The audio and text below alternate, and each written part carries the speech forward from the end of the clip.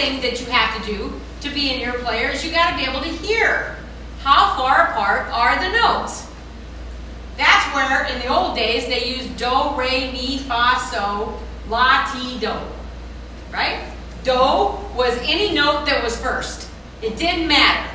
You could just play a note like this. That's do. This could be do. This could be do. It didn't matter. The first note was do. In sight singing class. Any of you take sight college? Oh gosh, I did. I can't sing. That was my problem. I couldn't get a good grade in that class because I could hear the note in my head, but it would not come out my mouth. All right, so here's do. This note was re. Re was right next to it. Do, re. That was called an interval of a second. It's next to. You play them together. Even if you don't know anything about music, you know that does not sound good, does it? Okay, you would never play those two notes together. That's an interval of a second. Okay? Now, if I go do, re, mi, do, re, mi. How does that sound?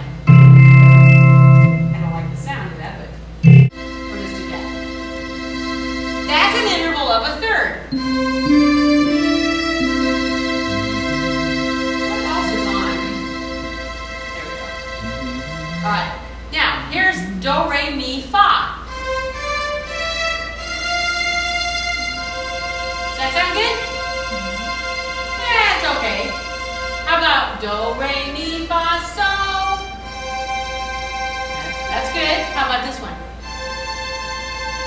This one? Yes.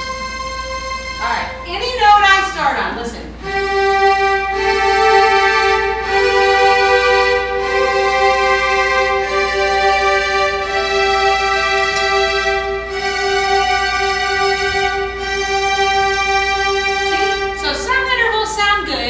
And some don't.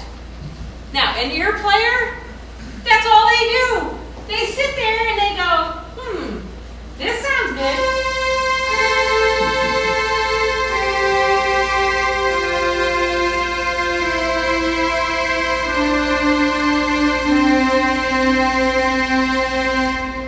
Are you following me?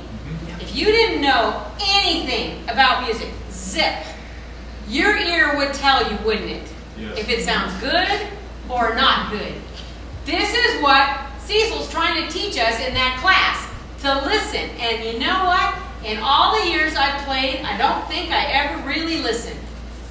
I knew that if I hit the little spot on the page and I played the chord that it said, or I read the notes, that I was right and it was good.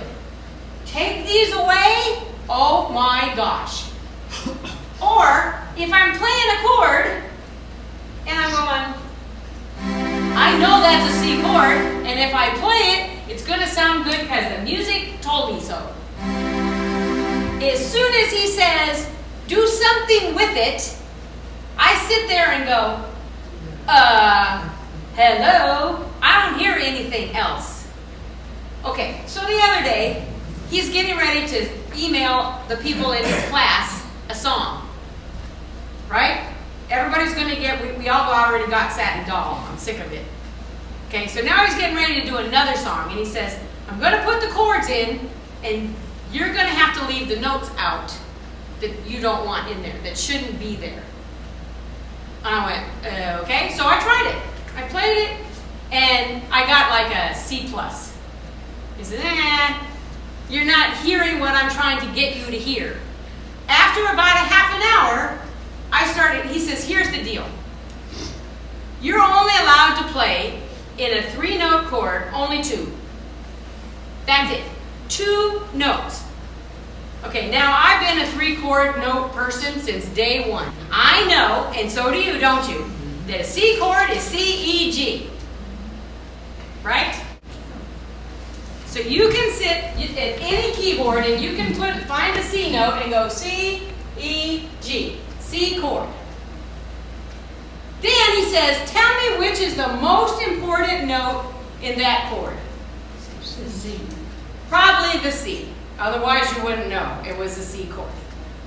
What is the least important note in that chord? Okay? It's the G. You know why? Because that's the note that you have to flat to make a minor. If it's gone, then you're gone too. But if you play every other note after a chord, after the name, C, every other note, then the least important note is that one right there, the G. Okay.